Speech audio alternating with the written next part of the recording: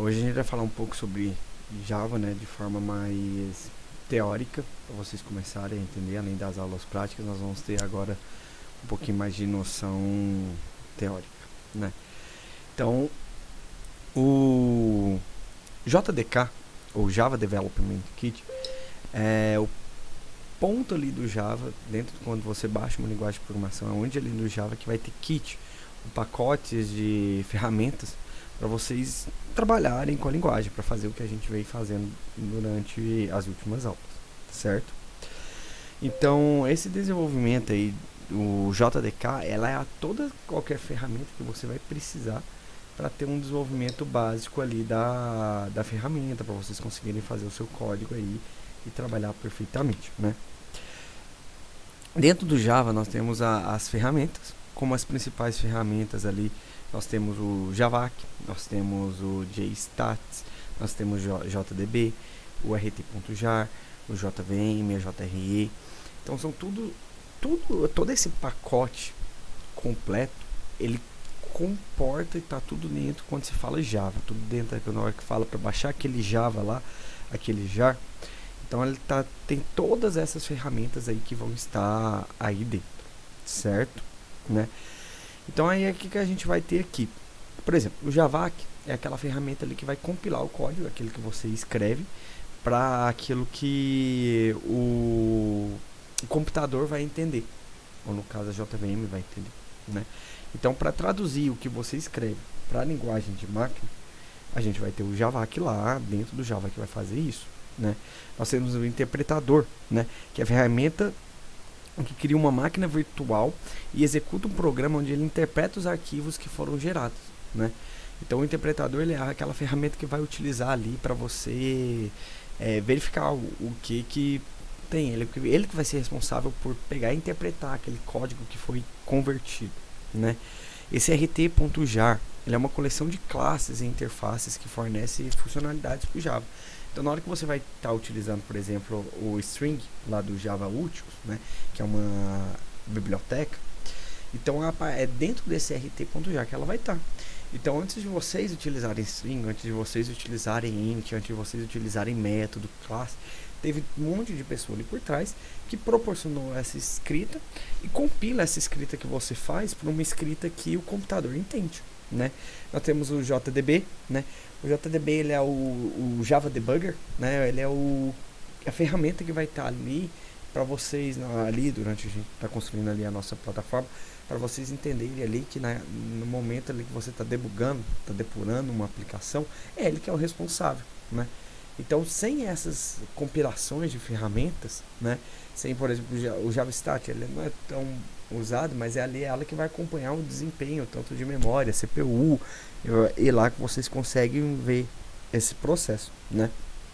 Então, apesar de ser algo que a gente não vê na hora que está desenvolvendo, ali por debaixo dos panos, existe uma porrada de funções, uma porrada de coisas que vão estar ali dentro da nossa aplicação, que está dentro do Java, que a gente está utilizando às vezes de forma inconsciente mesmo, né?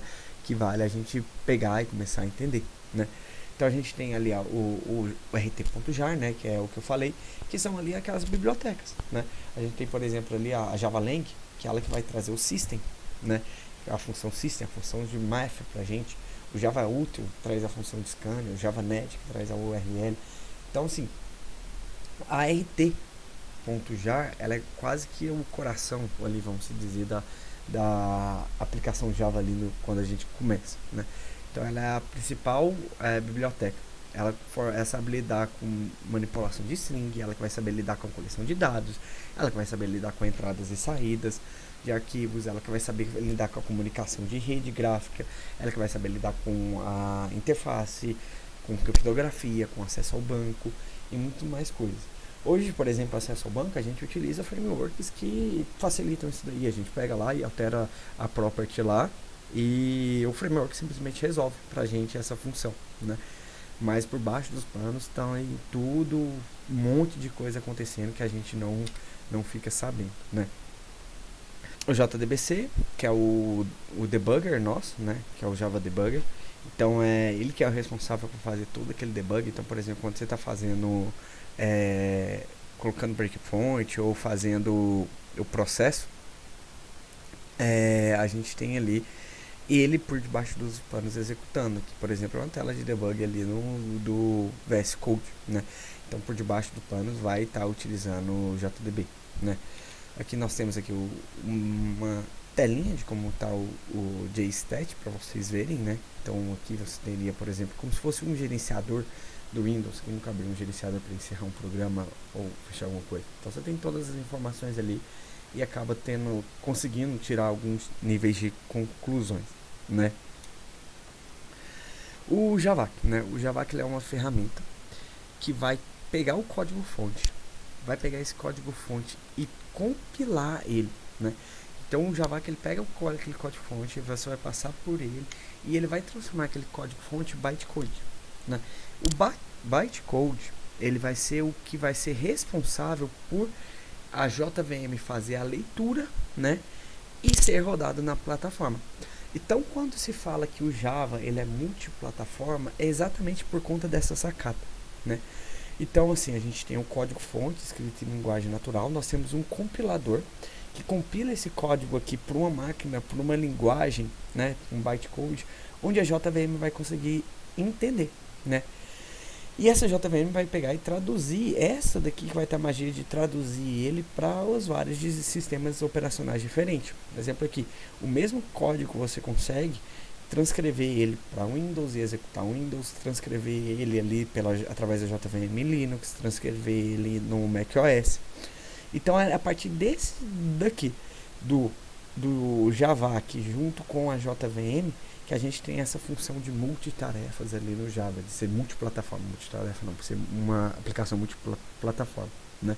Então ele pega o código-fonte, compila aquele código-fonte, transforma em bytecode, a JVM lê esse bytecode e traduz para a máquina. E aí, independente do sistema operacional, você instalando a JVM correta no sistema operacional seu, ela vai ter essa função, ela vai conseguir saber pegar o código-fonte e transcrever ele para que seja interpretado, né? Então, nós temos o nosso código-fonte, o .java, que ele vai pegar e vai ser compilado e transformado no .class. Então, hoje, ali, quando a gente quando a gente abrir um programinha e você faz o build desse programa e executa, geralmente cria uma pasta build, uma pasta target lá, né? E nessa pasta ali você vai ver ter os arquivos .class, ou quando você abre um jar, você vai ter os arquivos .class. Nada mais é do que o código que você escreveu compilado, né, traduzido. Então ele pega aquele código que você escreveu, né, e traduziu ele completamente para esse novo processo, né. Então isso tudo, todo esse processo de compilar, transcrever, traduzir, de ter as libs que a gente vai utilizar no dia a dia, né, são todas essas ferramentas que compõem o JDK. Hoje não se usa mais JDK, a partir da versão 11, se não me engano, já não tem mais essa parte de baixar JDK, né? Mas então, é a partir disso, da evolução dele, que a gente consegue trabalhar com Java e consegue fazer com que o Java seja multiplataforma. Porque ele nos disponibiliza a ferramenta que facilita. Em vez de eu ter que escrever tudinho ali para o computador, eu tenho ferramentas que vão me facilitar, né? Ferramenta, por exemplo, aqui que não foi citado, o JConsole, né, que é uma ferramenta de monitoramento de desempenho incluído no JDK a partir da versão 1.5, né? A JMC, Java Missile Control, uma ferramenta de monitoramento de desempenho, né, que foi incluída na versão 7.1.40 do Java. Ela permite visualizações de estatísticas de desempenho ali, que virou a JStat que eu uso. Então, as coisas vão evoluindo e Java também vai se evoluindo, né? A gente tem o GC Viewer, que é a ferramenta de visualização de dados do Garbage Collector, que ele é Garbage Collector, aquela função ali de limpar a memória depois que a variável não está sendo utilizada. Então nós conseguimos ver ali como é que está o Garbage Collector a partir da GC View, né? Dentre outras ferramentas ali que nós vamos ter, né, para usar no nosso dia a dia.